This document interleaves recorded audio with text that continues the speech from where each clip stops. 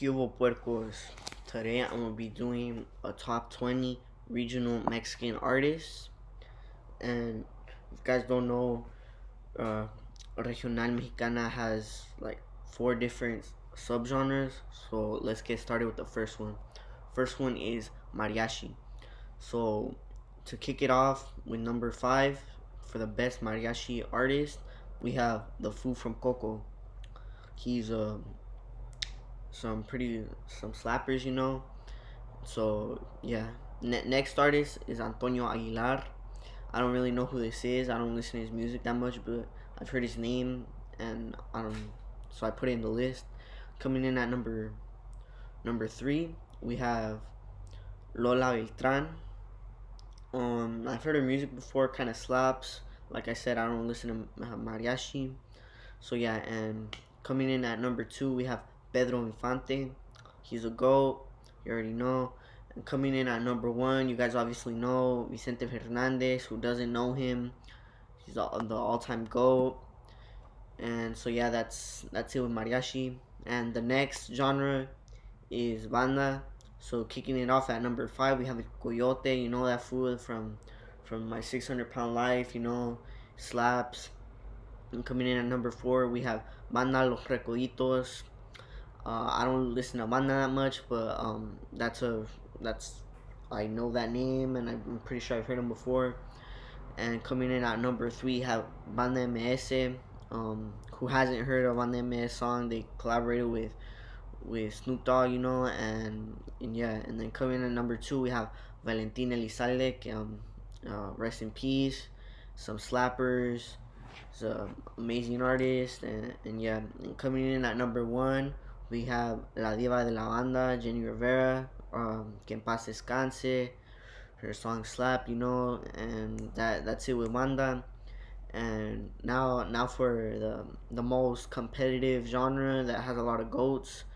I had to narrow it down to five, but there's a lot more goats in this genre. Kicking it off at number five, we have Carlos y Jose. They slap. Chubasco, who hasn't heard that song, they're goats. And at number four, we have Los Tigres del Norte from San Jose, California. Amazing. They a lot of political issues in their songs. And coming in at number three, he could also be number one. These next three are basically tied for number one. So number three, Ramon Ayala. Another GOAT. All his songs are basically slappers. And coming in at number two, this might be controversial. He might be number one to a lot of people. Shalino Sanchez. A lot. The majority of his songs are slappers. And coming in at number one, you have Los Cadetes de Linares. Just all their songs slap. I grew up listening to them. They're my number one. So next genre is Sierreño. This one was kind of hard to come up with a list because to me only the first two are goats. So let's get started. At number five, we have Fuerza Regida. I know a lot of people consider them another genre, but they're mainly Sierreño because they use tuba and stuff like that. And coming in at number four, we have Los Plebes del Rancho. They slap a lot. And coming in at number three, we have El Trio Palma. Just a lot. He has some slappers. And at number two, this is not another controversial pick. We have Ariel Camacho. He could very much be number one, but I think someone else could top him, and that's number one, Miguel Miguel.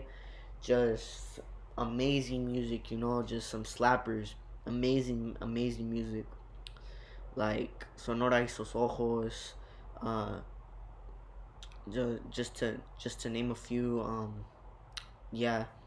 And the next genre is the most newest genre, and it's Regional Urbana or Corridos Tumbados, whatever you want to call it. And coming in at number five, we have El de la Guitarra. I know he has a lot of Sierreño music, but He does have some regional urbana songs, especially in his newest album, Slaps. Um, a lot of 2017 vibes, and yeah. And number four, we have Nathaniel Cano. He's probably like the most famous regional urbana artist, but I just don't really connect with his songs. But he's a goat. A lot of his songs slap, but they just kind of don't resonate with me. And yeah, and coming in at number three, we have the only non Rancho Humilde artist on here, and it's Eslabon Armado. When you're in your feels and shit, just put some Eslabon Armado and you feel better. Coming in at number four, we have Junior H. Um, just a really good artist. The majority of his songs slap. Like Ella, Disfruto lo malo, and yeah. And coming in at number one, we have HP, Herencia de Patrones from Yuba City. I really like how they integrated the whole rap vibe into the corridos.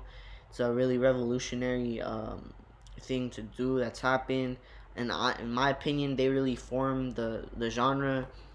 A lot of the other people on the list, they still sound really um traditional. Herencias, you could tell it's a lot more Americanized, and I really like that. So yeah, that's my top 20 regional mexicana list. Hope you guys liked it. Thanks.